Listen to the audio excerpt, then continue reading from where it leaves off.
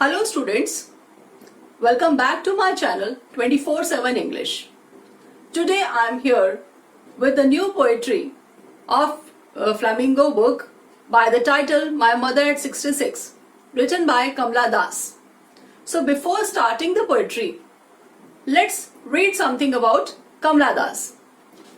Poetry करने से पहले या स्टार्ट करने से पहले हमें राइटर के बारे में जानना बहुत जरूरी है.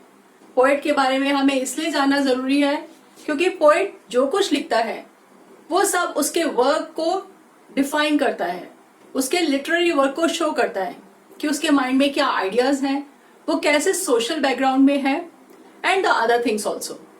सो let's see. Kamala Das who was born in 1934 and died in 2009. आपके बुक में ये नहीं मेंशन है क्योंकि बुक्स जो है वो काफी टाइम से अपडेट नहीं हुई है. But she is no more now. And she was born in Malabar, Kerala. Malabar में पैदा हुई थी, केरला में. तो नेचुरली उनके कल्चर में, उनके वर्क में साउथ इंडियन कल्चर जो है वो नजर आता है. She was India's foremost poet in English as well as Malayalam.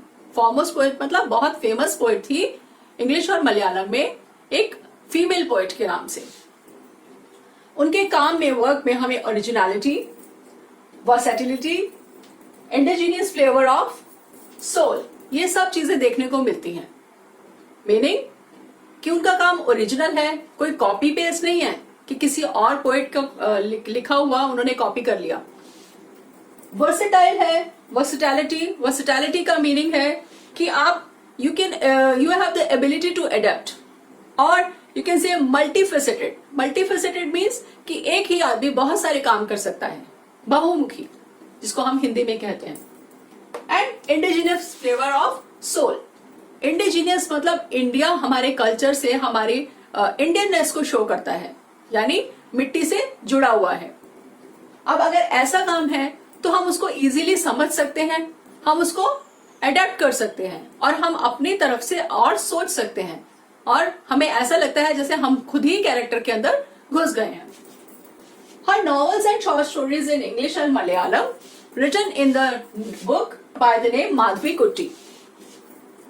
She was a sensitive writer.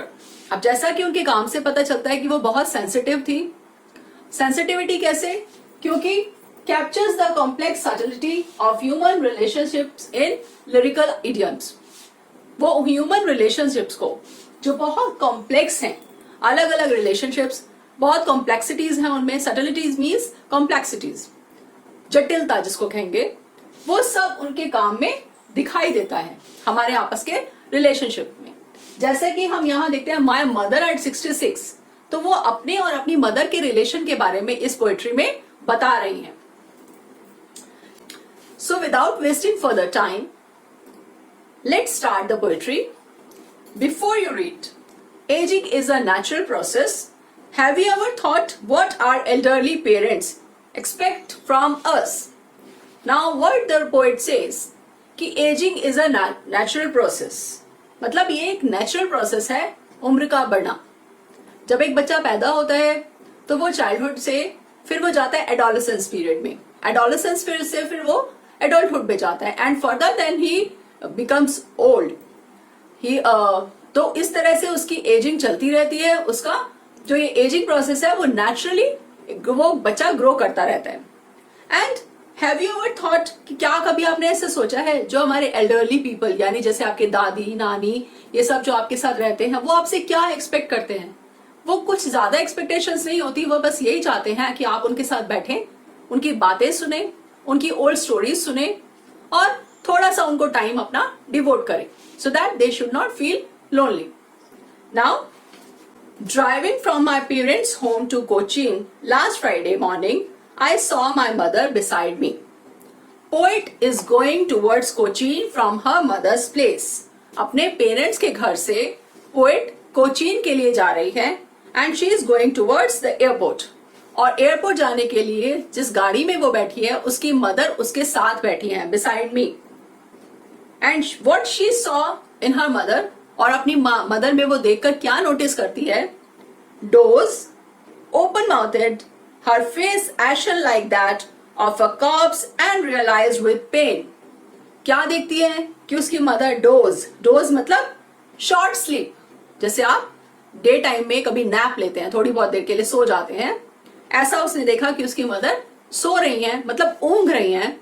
Open mouthed, मुंह खुला हुआ है। जैसे आपने बहुत लोगों को नोटिस किया होगा, कभी वो बस में या कहीं ट्रेवल करते हैं तो उनको नींद आ जाती है और नींद आने के बाद उन्हें पता नहीं चलता कि उनका मुंह खुला हुआ है। तो इसी तरह से उसकी mother, she was dosing and open mouthed, her face ashen like that of a corpse and realized with pain. corpse का मतलब है डेड बॉडी, और उसका फेस ashen like, अब अपनी मदर के बारे में वो बता रही है कि उनका फेस कैसा हो गया था, ऐश की तरह से। ऐश मतलब राख, बिल्कुल डल हो गया था, ग्रे जैसा ग्रेइश कलर हो गया था। मतलब फेस से देखकर लग रहा था कि वो बहुत पेन में है, वो बहुत she is facing acute illness, कोई बीमारी से जूझ रही हैं। और हालांकि एज, जैसे राइटर ने बताया कि 66, तो 66 एज कोई बहुत ज्यादा एज नहीं होती है। अगर वो 76 होती तो हम मानते कि बहुत ओल्ड है, बट शी इज जस्ट 66। लेकिन 66 की एज में भी may be because of any illness या कोई फैमिली प्रॉब्लम, कुछ भी हो सकता है, उस वजह से उसकी मदर बिल्कुल ग्रे डल जैसी हो गई है, उनका कलर एकदम डल हो गया है और फेस जो है वो ऐसा लग रहा है इस टाइम जैसे वो डेड बॉडी की तरह से है। मतलब गाड़ी में वो सो रही हैं और डेड बॉडी जैसी लग रही है। रियलाइज्ड विद पेन, और उनका जो पेन है वो पोएट जो है वो फील कर रही है, उसको बहुत बुरा लग रहा है अपनी मदर को ऐसी कंडीशन में देखकर। That she thought away and looked, but soon put out thought away and looked out at young trees sprinting, the merry children spilling out of their homes. But after the airport security check, standing a few yards away, I looked again at her, wan, pale. अब poet क्या कहती है दोबारा से? That she thought away and looked, but soon put that thought away. अपनी mother को देखती है, लेकिन अब जो उसके मन में ख्याल आ रहे हैं, जो थॉट्स आ रहे हैं, उन सब थॉट्स को दूर करने के लिए, यानी अपना मूड चेंज करने के लिए वो विंडो से बाहर देखना शुरू कर देती है, लुक्ड आउट। और बाहर क्या देखती है? At young trees sprinting. Sprinting means running fast, बहुत तेज भागना। अब यहाँ पे जो ये ट्रीज स्प्रिंटिंग है, these are symbolism of life, कि लाइफ कैसे भागती रहती है, हमारी एजिंग कैसे चलती रहती है। हम चाहकर भी अपनी एज को रोक नहीं सकते। जैसे बच्चा बड़ा हो जाता है, बड़ा होने के बाद उसे लगता है कि काश वो बच्चा ही रहता, लेकिन ऐसा पॉसिबल नहीं है। तो ट्रीज स्प्रिंटिंग, ट्रीज जो है उसको भागते हुए नजर आ रहे हैं। जैसे आपने कभी कहीं जाते हुए गाड़ी में या बसेस में या कभी ट्रेवल करते हो ट्रेन से, बाहर देखा होगा तो ऐसा लगता है जैसे ट्रीज भाग रहे हैं, बट एक्चुअली क्या होता है कि ट्रीज वही होते हैं, हमारी ट्रेन, हमारी बस, हमारी कार, जिसमें भी हम मूव कर रहे हैं वो मूव कर रही होती है। तो वो कहती है कि tree sprinting, the merry children means, merry means happy, खुश हैं children. They are spilling out of their home. Spilling out का मतलब कि जैसे आप बहुत ज्यादा जग में अगर पानी भर दें और वो छलक जाता है, इस तरह से बच्चे अपने घरों से बाहर निकल रहे हैं, भाग रहे हैं। तो here they are coming out.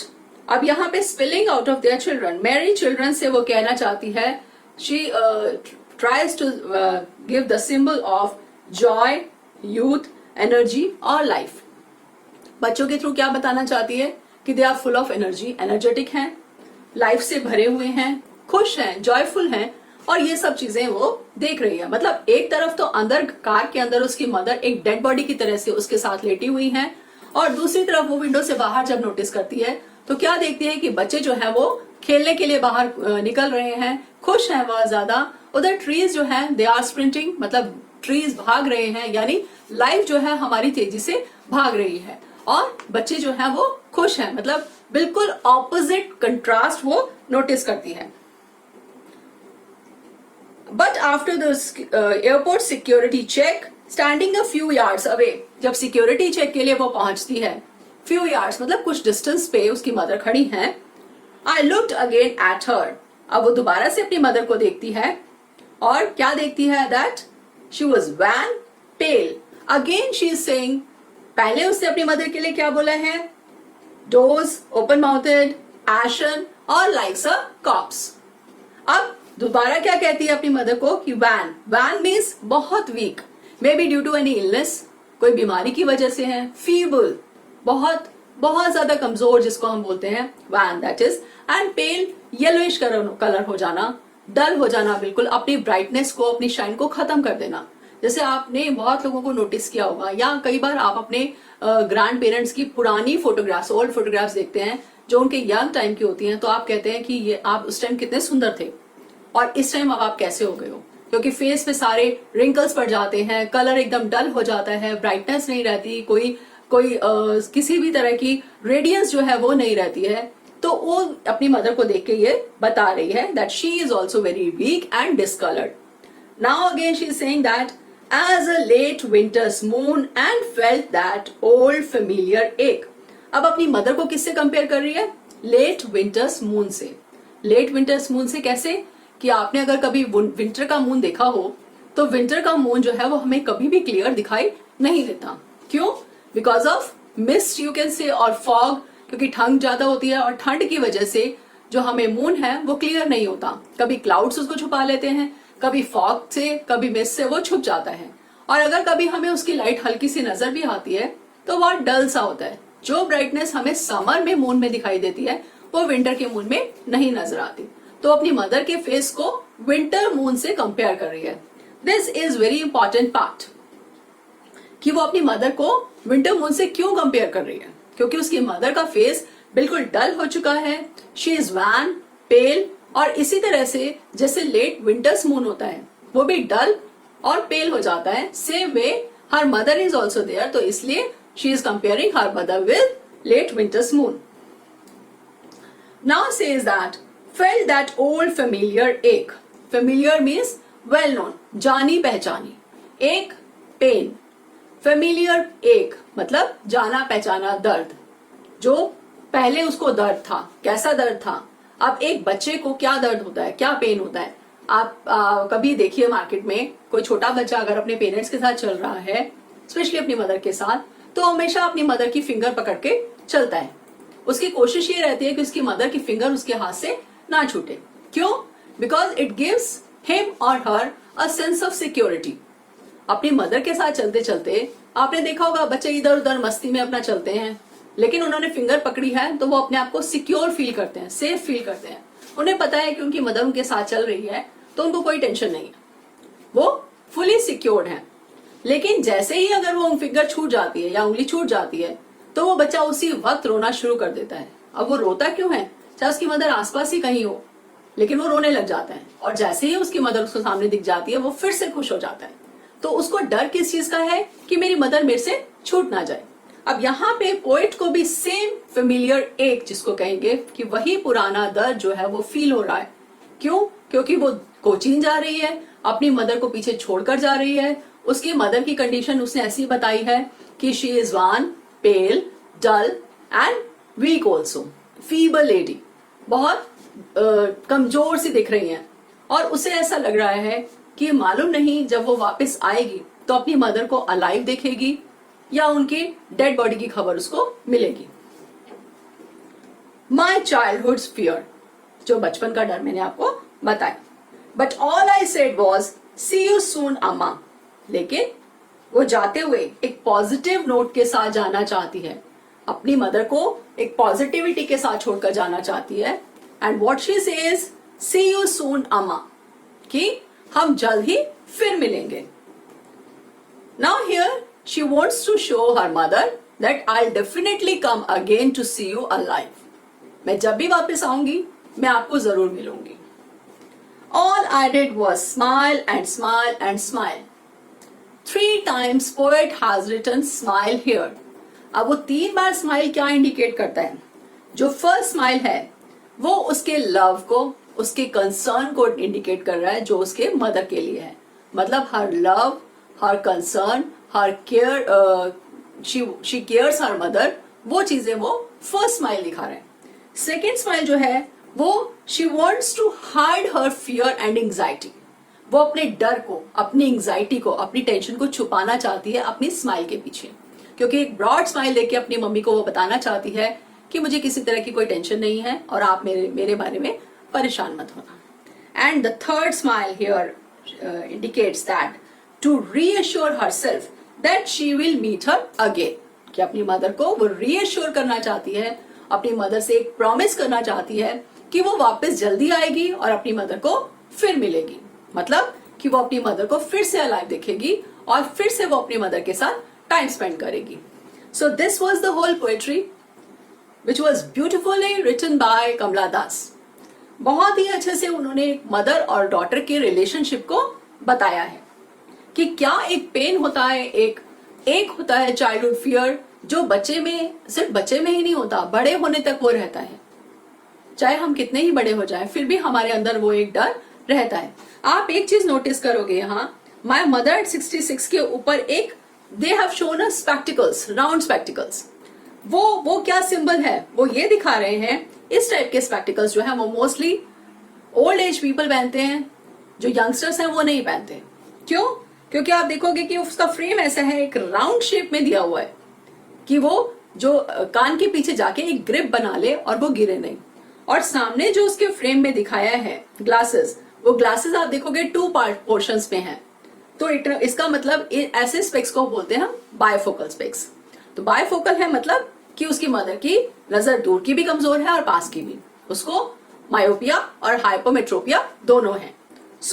अब यहाँ पर ये इंडिकेशन पहले ही उसने बता दिया है, ऑल्दो कि वो 66 ईयर्स की है, कोई ज्यादा एज नहीं है, बट वो इस टाइप के स्पेक्स लगा रही है, मतलब कि वो ओल्ड हो चुकी है।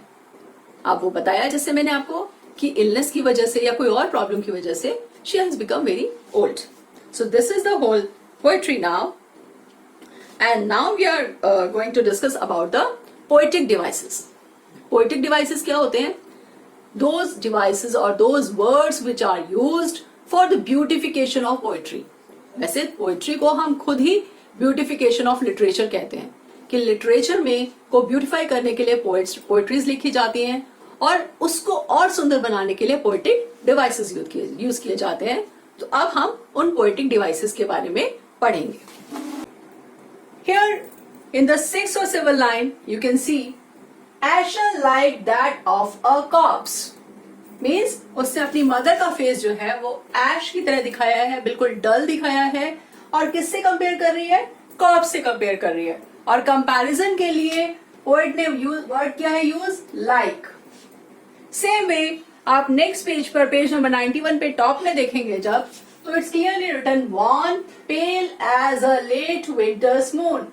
फिर से उसने अपनी मदर का फेस जो है वन, डल, पेल, अगेन डल और yellowish colour, as a late winter's moon, winter moon से कंपेयर किया है। और वर्ड क्या यूज किया है कंपैरिजन के लिए? एज। तो जब हम कंपैरिजन करने के लिए लाइक और एज जैसे वर्ड्स यूज करते हैं, then we call it simile. So is it clear to all of you? जब हम कंपैरिजन करते हैं दो वर्ड, दो डिस्टिंक्ट चीजों का, और हम लाइक और एज यूज करते हैं, तो हम उसे बोलेंगे simile. This is the poetic device used here. Now we come to the next one, trees printing, merry children spelling out। trees printing, this is personification। personification का मतलब कि ह्यूमन क्वालिटी को इनह्यूमन चीज के साथ रिलेट करना। अब sprinting means running. अब रनिंग क्वालिटी जो है वो ह्यूमंस की होती है, लोग भागते हैं बट ट्रीज नहीं भागते। बट यहाँ poet wants to say that trees sprinting, trees भाग रहे हैं, मतलब she is indicating trees to for in the place of life. Life से उसको रिलेट करना चाह रही है, तो लाइफ इज स्प्रिंटिंग, लाइफ भाग रही है। अब यहाँ पे ह्यूमन क्वालिटी स्प्रिंटिंग को ट्रीज से रिलेट किया है, that's why it is personification, कुछ बढ़ा चढ़ा के बोला है। Then merry children spelling out, children full of joy they are spelling out, वो बाहर निकल रहे हैं। और कैसे निकल रहे हैं? जैसे छलक, कोई हमारा पानी किसी बर्तन में से छलक जाता है, स्पिल कर जाता है, उसी तरह से। तो ट्री स्प्रिंटिंग एंड मेरी चिल्ड्रन स्पेलिंग आउट, ये दोनों जो हैं दीज आर इमेजरी। वहां एक इमेज शो करी है so that we can imagine in our mind. Tree sprinting, many children spelling out, कि बहुत सारे बच्चे इकट्ठे एकदम भीड़ के साथ खुशी खुशी सब बाहर निकल रहे हैं, that is imagery. Now let's come to the another one, trees that are the symbol of life, then children, vigor and energy। vigor means strength, उनकी power, and moon that is the symbol of fading beauty. Fading beauty मतलब धीरे धीरे time के साथ जैसे जैसे season change होते हैं मून की ब्यूटी भी चेंज होती जाती है। जैसे उसने बताया विंटर्स मून कैसा हो गया, उसने वॉर्न और पेल बताया है, डल बताया है। सेम वे यहाँ पे मून की ब्यूटी जो है वो दैट इज फेडिंग ब्यूटी। तो these are the symbols, that's why we call it symbolism. So further we have, first we see at the my mother at 66 the title. As you can see my mother M दो बार use किया है। Same with 66 S is repeating. So this is called alliteration. When an alphabet is used 2 or 3 times we call it alliteration. And again now at the last the parting words, smile and smile and smile. Smile, smile, smile. She has used smile 3 times. 3 bar smile use किया है और इसको हम बोलेंगे repetition. It's very simple कि कोई भी चीज बार बार रिपीट हो रही है तो वो repetition. तो यहाँ पे smile रिपीट हुआ है and भी रिपीट हुआ है बट वो 2 ही बार है। Smile 3 बार रिपीट हुआ है so we'll call it repetition. Now apostrophe वैसे ये बहुत कम आता है बट स्टिल आपको पता होना चाहिए कि when the poet addresses to an invisible और एब्सेंट ऑडियंस, कि ऐसी ऑडियंस को पोएट एड्रेस कर रहा है जो आगे से कुछ जवाब नहीं दे रही है। आपने देखा होगा कि वो सब कुछ पूरी पोएट्री बोल रही है एंड लास्ट में वो कहती है सी you soon Amma she is addressing to her mother. अपनी मदर के लिए वो अम्मा वर्ड यूज कर रही है बट उसकी मदर ने कहीं भी पूरी पोएट्री में कुछ रिप्लाई नहीं किया है। So here she has used apostrophe. Okay, so students, we have done the whole poetry as well as we did the poetic devices also. अब मैं आपको कुछ important questions इसके बता देती हूँ थोड़ा सा brief में and rest of the question answers along with these also I'll provide in the link. Okay, सबसे पहले तो the main question is जो हमारे starting में है, trees sprinting, married children spilling out of their homes, ये क्या दिखा रहा है? Actually these are contrasting images of life and death. Trees sprinting, trees भाग रहे हैं मतलब लाइफ जो है हमारी भाग रही है, बचपन से जवान, जवान से बूढ़ा, और वो लाइफ धीरे धीरे ऐसे भाग रही है और हमारे हाथों से कहते हैं ना जैसे कि रेत की तरह से निकल रही है जिसको हम अपने आप कंट्रोल नहीं कर सकते। एंड जो हमारे जो और यहाँ पर ये भी कह सकते हैं that rapidly passing years of our life, कि वो भाग रहे हैं हमारे वो जो लाइफ के ईयर्स हैं, चाइल्डहुड से ओल्ड एज तक हो गया है और फिर उसके बाद धीरे धीरे सब as you know that everybody has to die. So ये यहाँ पर उसके बाद हम आते हैं the next question, very important question is as a late winter's moon, as why is she comparing her mother's face to the late winter's moon. जैसे आपको मैंने पोइट्री के बीच में बताया कि उसकी मदर का फेस जो है that is wan and pale just like winter's moon.